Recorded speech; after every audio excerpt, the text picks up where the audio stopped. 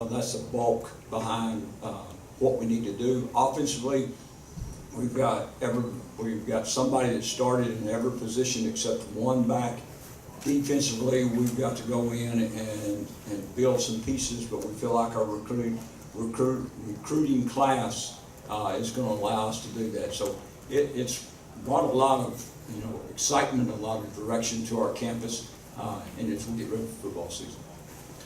Well, Coach, you were on the ground floor of starting Wayland's program, and anytime you start a program, NAIA, there tends to be some roster turnover. Now you've got 50 lettermen returning. How are you? Is it easier now to incorporate the new guys coming in to what is already established, than it was before? And how have you gone about that? Well, you have your culture started, how you want things done and what you want done. But it's still going to fall back on what your seniors do and your leadership, like these two young men and what they're setting for those young men that come in. It's like anything you do. If your seniors step back and just sit and watch and say, hey, freshmen, here you are, here we are, stand there, it's not going to ever come together. But if you've got seniors that we have very fortunate to have that reach out, try to pull those young men in, come in, be a part of our culture, be part of what we do. It really helps you make steps and be who you want to be. Wayland's unique, and we're not like everybody else, and so they have to come in and be a part of that culture that's there at Wayland Baptist University. All right, Keaton, I'm going to turn to you here. You're one of 10 returning starters on offense. Yes, sir. So what are your expectations for the offensive unit this year? Mostly just dominate. I think that was our main problem last year, is we had a lot of new guys out there, it seemed like, especially on the offensive line. And we didn't know how to play together, basically. So I think that's one reason why we all stayed over the summer, was to kind of get more of a brotherhood going, kind of get to know each other a little bit better, and hopefully play better as a unit. No, that was a decision that you guys made as a unit? Yeah, there's 8 offensive linemen that stayed. Pretty much all the starters and then a few seconds. Okay. Is there a particular game or opponent that you look forward to playing every year? Oh, no, just as long as I get on the field and hit someone, I'm fine. Okay. All right, Mitchell. The first question I'm going to ask you is, now you're a senior this year, and I don't know if a whole lot of people know this, but in high school you were a 6-man quarterback, right? Yes. So having made that transition and made it successfully, last year you threw for 1,700 yards and had 12 touchdowns, and you've had a number of good years here in a row. What was the biggest thing about transitioning from 6-man to 11-man football? Well, the field was definitely more crowded. A lot more people out there, but I think the biggest transition was the timing. In 11-man, it's all about timing, and 6-man, I just basically waited around until somebody got open. But 11-man, you have to be on top of it. You have your timing, everything works as one. Okay. Are you still moving from 6-man to 11-man? Obviously, you've made that adjustment. You've improved each year. What do you look at this year and say, this is what I want to improve on as a quarterback? Most thing I want to improve on is my timing and accuracy and leadership. Just getting everybody to play as one and stick together, and no matter what, that we're all together, and then the winnings and everything will come from that right there. And you say leadership. How do you lead? How do you go about leading? I'm a little vocal, but I like to think that I show you can follow me instead of listen to me. I play more with my actions than with my words. Okay. Thank you. So from last year, where you had some success, what's your favorite memory from last season?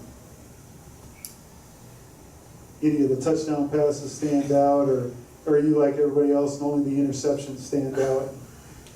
I try to forget about those. But I don't know, it's just when everything starts coming together. That's what I like to see is, you know, we had like the 5th year seniors my sophomore year, and then coming in last year, it was a brand new deal. You know, like Keaton was saying, there's all new faces on the line. It was almost like a brand new start. I mean, the guys have been there, but they never played before. And so everybody's getting the feel for it, and it was about the 4th or 5th game.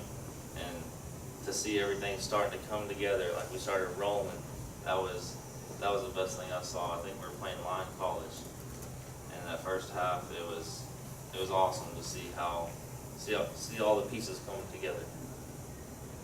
Excellent. Well, Butch, I'm going to leave this with you, and as the Dean of Coaches here in the conference, what kind of, you see where the SAC is at now, and we're going on this venture of football. What would you say about the history and where we're at now in terms of this conference? I think we've really strengthened the conference by coming into the SAC. I think the football teams that have been in the Central States Football League will still be great football teams that are well coached, but having the umbrella of the SAC to direct us and pull us together, I think will make a big difference. I also think, and this is just from the point of being a Raider for the NAIA, that the SAC will actually draw more recognition because of name, because it's been there a long time, that we won't have to overcome, well, you know, what is the Central States Football League? I think people look at it as SAC, they know the number of championships that come out of the SAC, and I think it'll help us broaden and grow football much quicker. Thank you, guys. I appreciate your time. I'm going to dismiss you guys and have Lyon College come on up.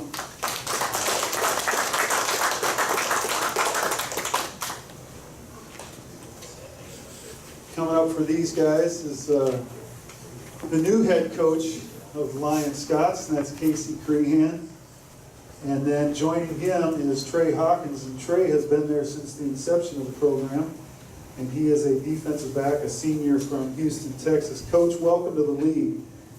Give us your opening remarks as a first-year head coach at Lyon. Well, first of all, very excited to be here. This is a historic day, the first media conference in the first year of football for this conference. I want to thank Stan for putting this thing together. This is first class, and you know, you and your whole team have done a tremendous job. Glad to be at Lyon College. It's a great academic institution and a proud tradition in athletics too.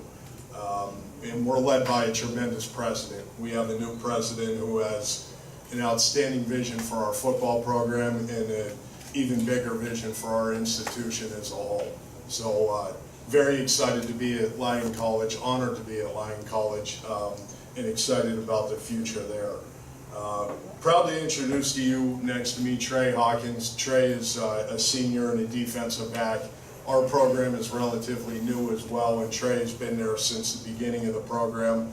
I've obviously only known Trey a short time because I've only been on the job about 6 months, but he has immediately impressed me, not only for his football playing abilities, but who he is as a man and who he is as a character individual. But the thing I'm most proud of Trey for is his academic success at Lyon College. He was, and not to embarrass Trey, but he was taken into Lyon College as more of a higher risk student out of high school, and he's been a success story that we all can be proud of and we like to see. Trey has excelled not only on the football field but in the classroom as well, and he's just a testament to what this program is and where we hope to be in the future.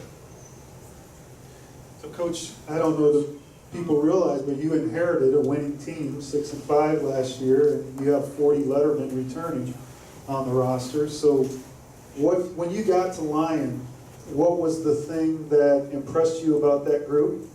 And then moving forward this year, what's one aspect that you said, okay, we need to improve here, though? Well, one of the things that impressed me is how hard these kids are willing to work. You know, they've been through a lot at this institution, you know, from starting football, like Coach said, in dirt lots and no locker rooms and a locker room that's a bunch of hangers. And these kids immediately embraced our culture as a coaching staff and what we tried to instill bought into that culture and worked very hard. And some really good leaders, like the man sitting next to me, has aided in that process. All right, so your special teams player of the year, preseason special teams player of the year is your guy. Is he still going to handle all those chores coming up this year? He will, and I'll tell you what, there's no kicker in college football I'd rather have. His nickname's Nacho, that's what we all call him, but there's no kicker in college football I'd rather have than him. You know, we put some pressure on him during practice at times in terms of you make this kick, no conditioning, you miss, we're conditioning, and they weren't always easy kicks, and you know, he nailed them every time, and he did miss one time, and you know, the message to the team that day was, if that ever happens to our football team, not one play ever determines the outcome of the game, and you know, but at the end of the day, when he's put in those situations, there's no other kicker in the league I'd rather have on our side than Nacho. Trey, let's talk about defense. So you, last year, 37 tackles, 4 interceptions. How do you prepare yourself for a game? How do you get yourself into a position where you know, hey, I can make those plays and get in on those plays? A lot of it is just before games, I like to relax. You know, I do yoga. I just take time to really visualize what I want to do before the game, and I watch a lot of film. That's the only thing I do. If I cut the TV on, I'm watching film. So it's just a lot of more so visualizing and knowing what the play is going to be before it happens, and it helps me. It helps me a lot for my game. Now, over your career, you've played everybody in the room except for the new program. Right. So what's one game that you're maybe looking forward to this year, or over the course of your career since Lions started football, has a rivalry developed with a program? I wouldn't say a rivalry, but it's more so just I have a good respect for like Arizona Christian, SAC, because I know those guys are gonna come with it, and Langston. You know, I know those guys. I kind of really got to buckle my helmet up. You know, I really got to sit down and prepare for those weeks, but those are the weeks that I want to prepare for, you know, because I want to go to the next level. So those are the type of games that I really kind of like and I get to prepare for. And, you know, you got the Offensive Player of the Year playing for SAGU, so I kind of look forward to something like that, being on defense. Just good competition. It's good. Coach, I'm going to close this with you. And in looking at offense, defense, special teams, new coaching staff, how much adjustment do you think there will be in the first couple games of the year, or do you guys think you'll hit the ground running? Well, I mean, it's hard to say whether we'll hit the ground running. You know, my message to the team will be embrace the grind and cherish every day. Not everybody gets to play college football, and you know, playing at Lion College is by invitation only. So I just want, as a coaching staff and as a football team, for us to embrace the grind, enjoy the process, enjoy the journey with each other every day, and you know, like Coach said earlier, work hard every day. You're never going to regret hard work, and I think if we do that, you know, our success as individuals and our success as a unit will take care of itself. Gentlemen, thank you. I appreciate it, and I wish you the best of luck this season. Coming up to the stage at this point will be Oklahoma Panhandle State.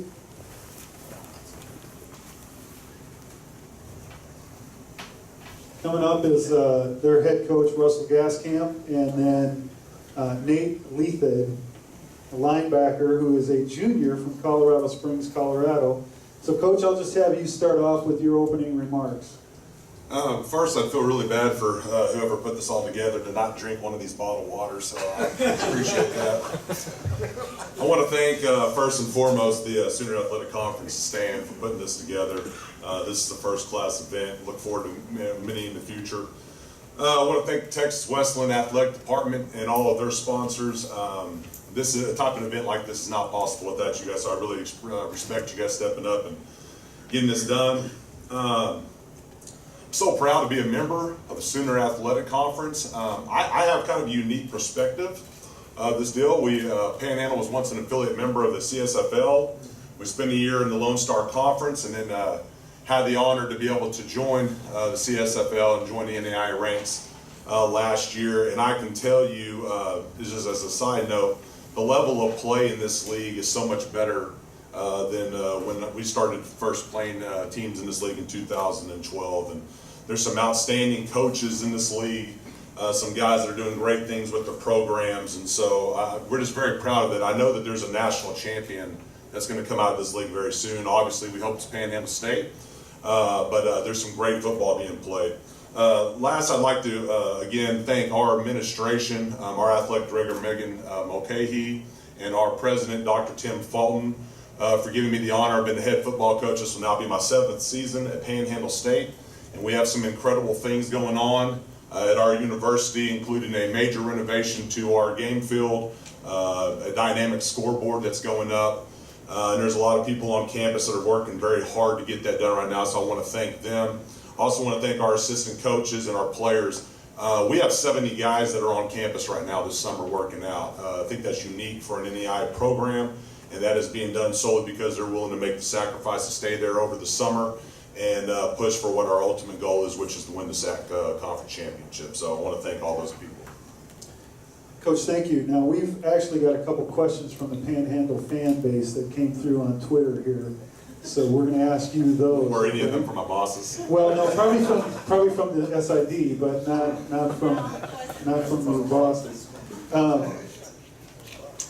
The first question involves, what was your rationale for scheduling a non-conference game with NCAA Division I Grambling, and will the Aggies try to play more FCS teams in the future? We have, since I've been there, we have played, I believe, 5, this will be the 6th Division I opponent that we've played. I think it's a great experience for our guys.